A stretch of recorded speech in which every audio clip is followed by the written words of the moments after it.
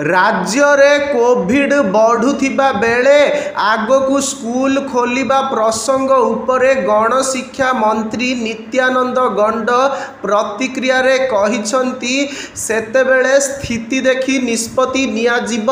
एबे राज्य रे किछि भय नाही। स्वास्थ्य विभाग तथ्य अनुसार आगकू स्कूल खोलिबा उपरे निष्पत्ति नियाजिब।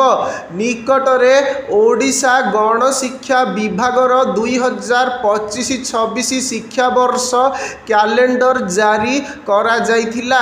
प्रकाशित ओसेपा पक्षरु प्राथमिक और माध्यमिक श्रेणी पाई कैलेंडर रे समस्त छुट्टी विवरणी प्रकाश पाइथिला।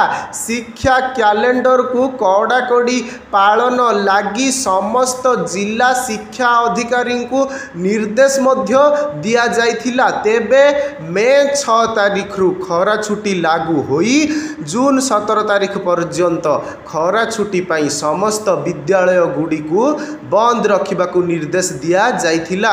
जून 17 रे स्कूल खोलिबो कि नाही सरकारक निष्पत्ति परे जणा पड़िबो।